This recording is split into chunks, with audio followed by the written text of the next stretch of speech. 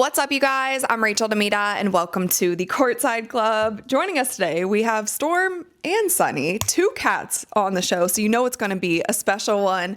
But I hope that you guys had a great holiday weekend. I hope that you had a lot of rest this weekend, and you are getting ready for the drama that is about to unfold in the WNBA this week. You guys, I tweeted about it yesterday. I feel like it's going to be a wild week. Not only do we have the WNBA All-star draft happening tomorrow, and that is where Caitlin Clark and Napheesa Collier will hand select their teams for the All-Star game. And also tomorrow, Christine Brennan is releasing her book about Caitlin Clark. And she talks about the impact of Caitlin Clark, and I'm sure there will be so many wholesome stories and uplifting things about Caitlin, but she is also sharing a look behind the scenes at a lot of the drama and negative things that happened last season. And there have already been some excerpts that have been released online. I want to talk about one of those in today's video. Christine Brennan has also been doing a lot of different interviews and talking about some of these controversial subjects.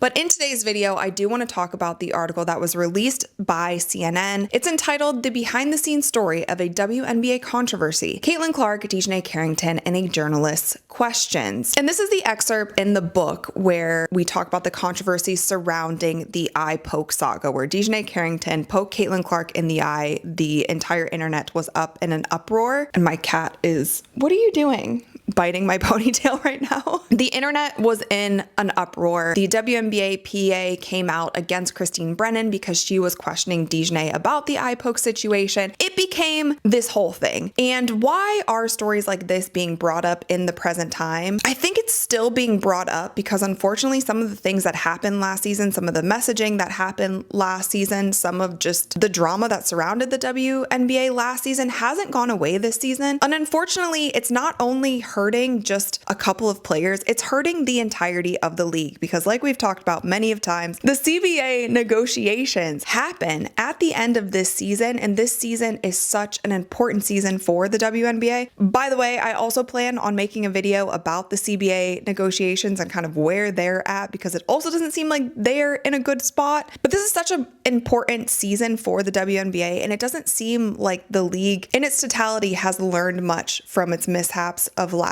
season. But let's get into this article. The article starts out by reminding us of the note that the WNBA PA put out. And I want to remind you guys of some of the things that they had to say in this note. It says, "A message on behalf of the 144. This week was dedicated to celebrating and amplifying Asia, Caitlin, DiJonai, and Napheesa for their hard work and truly exceptional performances all season long." Which, by the way, you guys, they talk about amplifying these four players. The Rookie of the Year at this point in time had not been announced yet. So we talked about A'ja Wilson was MVP, Napheesa was Defensive Player of the Year, DiJonai was the Most Improved Player, and Caitlin was Rookie of the Year. Hers had not been announced yet, and they essentially leaked it, and everybody knew that she was going to win Rookie of the Year from this statement. So that was mishap number one from this note.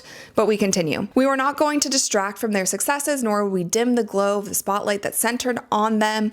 They have earned that focus and celebration, but we will take this moment now to stand up for them and the rest of our members, every single one of them, because we call BS. To the unprofessional members of the media like Christine Brennan, you are not fooling anyone. That so-called interview in the name of journalism was a blatant attempt to bait a professional athlete into participating in a narrative that is false and designed to fuel racist, homophobic, and misogynistic vitriol on social media. You cannot hide behind your tenure." They go on with another thing about how she abused her privileges of being a reporter and the credentials that she had. And then they ended it as, "We see you." We talked about this last year. I feel like this note was poorly written. I feel like it felt like a clapback situation, like a high schooler wrote this. Like, I just don't see the "because we call BS, we see you," like all of these little taglines that they just threw in here. I personally think they took away from the message that they were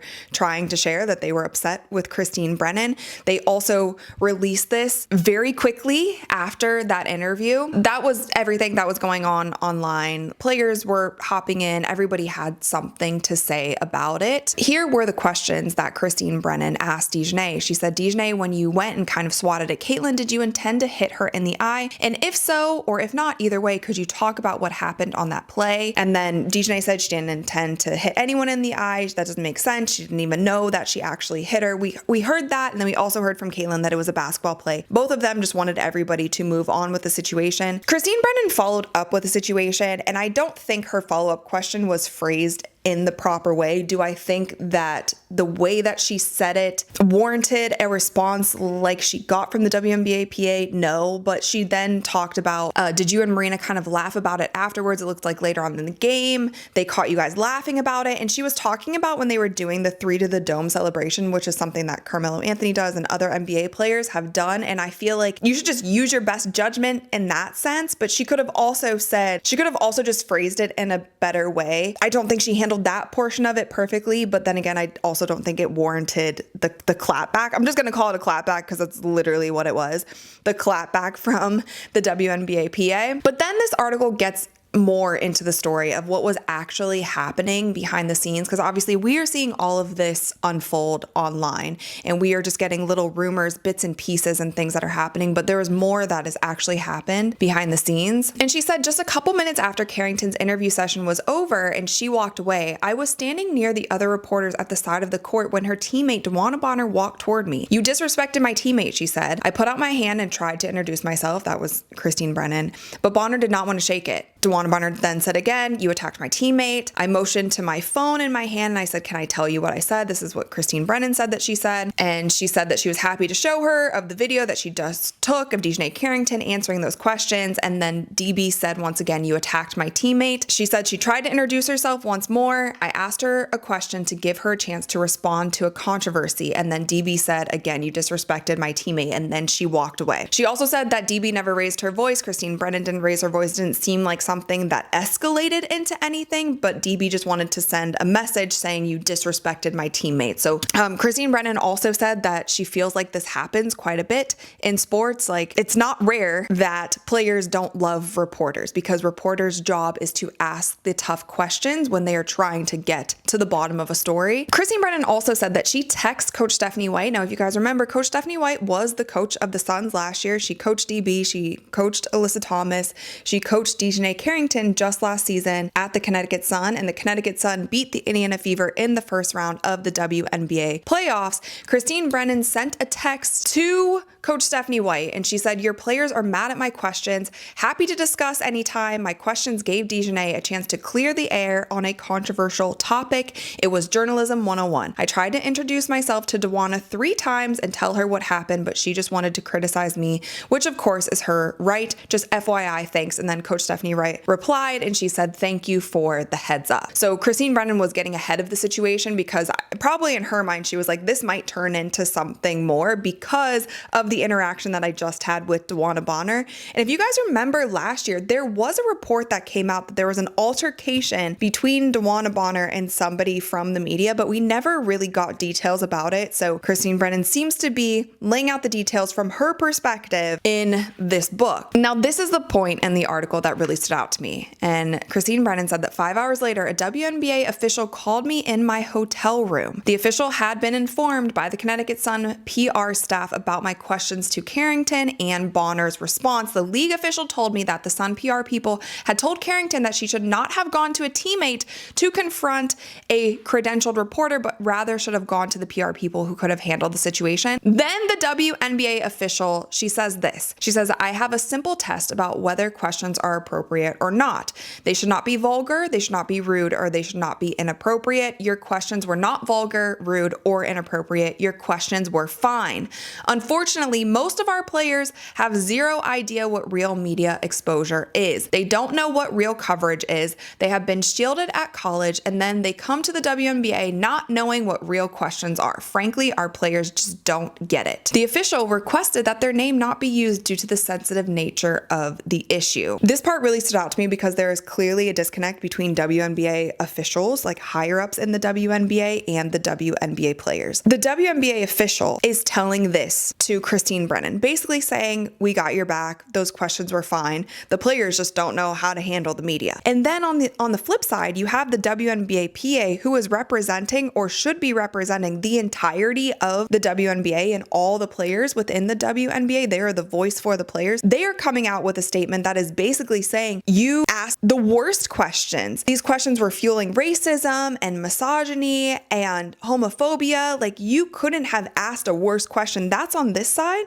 which is the players. And then on this side, the WNBA officials or higher ups who requested that their name not be used in the book, they are saying this about the players. There is clearly a disconnect, and that disconnect is never going to be good within a business. Whichever side you think is right or whichever side you think is wrong, there should not be this much of a disconnect. If WNBA officials feel this way about their players, then they need to do a better job at helping their players to understand this. If they see something that the WNBA PA puts out, the note that they put out that was so condemning of Christine Brennan, they need to be talking to them and be like, hey ladies, this question to me, how we judge questions, it didn't seem vulgar, it didn't seem rude, it didn't seem inappropriate. I feel like, help us understand why you guys are feeling this way. It seems like so many things across the WNBA is like a clapback mentality instead of a solution-based mentality. And I feel like it goes across the board.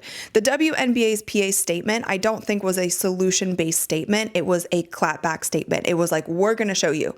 This is how we feel. We need to get this out. We need to get this out quick. Let's put a little attitude in it. This is our clapback at you because we're mad at you. But they didn't think of the solution to the problem that they see that they have with Christine Brennan. And then on the flip side, this WNBA official who was saying this to Christine Brennan, like, the mixed messages, no business is going to function properly if that's the way that everything is functioning. Like, you're always going to have this dysfunctional relationship between reporters, the higher ups, and the players. Now, moving on, there was another incident that happened that none of us knew about, and that happened at Gamebridge. So Indianapolis Fieldhouse Files Fever beat writer Scott Agnes, I'm sure you guys are familiar with him. He does a great job reporting on the Fever. And Indianapolis Star Fever beat writer Chloe Peterson also does an incredible job. They were sitting at a table with Christine Brennan, and they were in the catering area, and they were waiting for the Fever shoot around. So this is before game 2 of the WNBA playoffs. And if you guys remember, the first round of the WNBA playoffs last year was a best of 3 series. So this was win or go home for the Indiana Fever, a very important game. So then they see DiJonai Carrington came through the curtains basically and surprised the 3 of them who were sitting at the table. She said, why are you talking about Nalissa? And then Christine Brennan said, the question surprised the 3 of us because no one was saying anything personal or derogatory about Smith. Agnes and Peterson had been discussing a bit of Fever strategy that they had noticed on the court, but had been asked not to divulge publicly, that Nalissa Smith was going to be replaced in the starting lineup for game 2 by veteran Temi Fegbenle. If you guys remember, Nalissa Smith played for the Fever last year, and Nalissa Smith and DiJonai Carrington are dating. And then DiJonai Carrington said, you're saying that she's a bad teammate.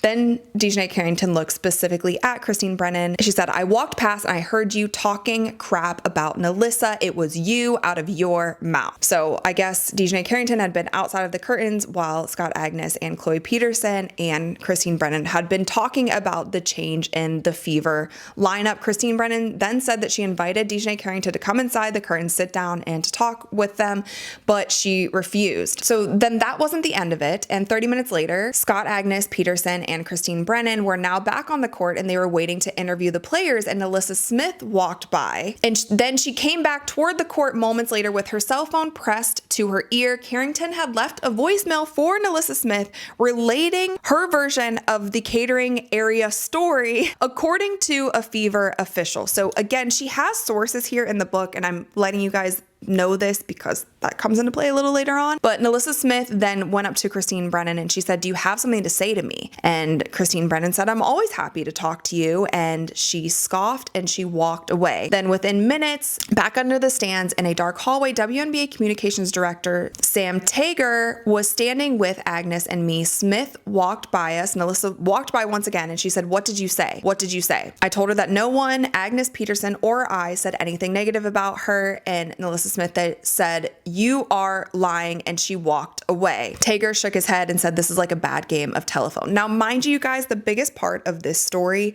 is the fact that this is before a win or go home game for the Indiana Fever. Melissa Smith is playing for the Indiana Fever, and DiJonai Carrington is leaving her a voicemail before the game saying that reporters are talking negatively about her. And I was once a basketball player myself. Little things like this can really get into your head and can cause you to not play well on the court. So I'm sure that all of the drama happening behind the scenes, all of this pettiness between reporters and also players happening behind the scenes, like that would likely spill over onto the court. Now, obviously this article, a lot of Christine Brennan's interviews that she's been doing recently have been picking up a lot of steam on social media. And Melissa Smith actually tweeted in response to this one in particular. And she said defamation of character. And then she also had another tweet that had like emojis with a long nose, basically saying that Christine Brennan is lying about all of this. We don't know the whole truth. We were not there. However, Christine Brennan has been in the game for a very long time. I think she would have crossed her T's and dotted all of her I's before publishing this book and not put things in there that weren't factual, because that is a case. If you put something out there that is not true, she could be sued for defamation of character, and that is something that DiJonai Carrington would have every right to do if her story was not straight. Now, with all of these stories that I've told you guys about today, there seems to have been many witnesses around for these happenings. Now, why are we bringing up something like this once again in the WNBA when all of this happened last year? I think it's because, unfortunately, and this is a lot of what Christine Brennan brings up in her book, there have been so many mishandlings within the WNBA, and those things are still spilling over into this season of the WNBA. A lot of us were really hoping that there would be less drama this year, that there would be less pettiness, less of all of the things, and more basketball. All of us just want more basketball, right? However, we saw in the very first game of the Indiana Fever season when they played the Chicago Sky and they blew them out by 35, there was an immediate investigation into the Indiana Fever fans saying that they were saying racist things, they were doing all things. Immediately, that investigation took away from the win that the Indiana Fever had. Then we also had just recently with the All-Star voting, we saw Caitlin Clark be voted 9th among her peers. Then we also have the situation this year, and I'm not sure why I'm not seeing the recent ratings, but you have the situation this year when Caitlin Clark gets injured for the first time and she is out for a stretch of games, and the viewership drops over 50% across the entire league. We saw the price of ticket sales for Indiana Fever games when she was out. We saw those drop to as low as $7 to get into the game. We are seeing things that happen this year that are not great. We are seeing the drama kind of spill over. We are seeing the bad refereeing on the court. We are seeing players constantly complaining about the refereeing on the court. We are seeing them make calls after the game has already concluded and giving people flagrant twos when they gave them a flagrant one in the game. Like, there have just been so many instances where the WNBA hasn't done better. And that sucks not only for one player in Caitlin Clark, it sucks for the entire league, because at the end of this season, they have the CBA negotiations. And if you guys think for a moment that all of the team owners and the people that are going to be in that room who are going to be negotiating against the players, if you think that they're not watching all of this, then you are so terribly wrong. There has to be a level of professionalism in professional sports leagues, and the WNBA, they haven't gotten there yet. And I don't think that you can blame one person. I don't think you can blame one division of the league, but I think overall the players have to do better, the officials have to do better, the higher ups at the WNBA have to do better, the PR teams at the WNBA also have to do better. And so I'm really interested to see what the rest of this book, what else she is going to uncover of what happened last season. And I'll also just say this, I'm rooting for the WNBA. I want them to succeed. When I was a kid and I was playing basketball, I didn't see the WNBA as being somewhere that I could go and I could make a living. I want to see it become a league that is profitable, where everybody is getting paid a great salary, where people are tuning in, where millions of people are watching and they are selling out arenas. I want to see all of that happening. And so when we're calling out certain things like this is because things need to change. You can't continue to act the way that you've been acting for however many years and just think magically, oh, well, we deserve to get paid more and everybody's gonna watch if these missteps continue happening. But you guys let me know in the comments below what you think about all of this, and thumbs up this video if you enjoyed it. Click that little subscribe button because we upload new videos every single week, and this week is probably going to be a heavy week of uploads because I think a lot of things are going to unfold. So if you guys have any requests on certain topics that you want me to cover, please let me know in the comments below. But with that, you guys, I have rambled long enough. I'm sure I'll be rambling more tomorrow. So I'll see you guys then. Ooh, yeah, nah.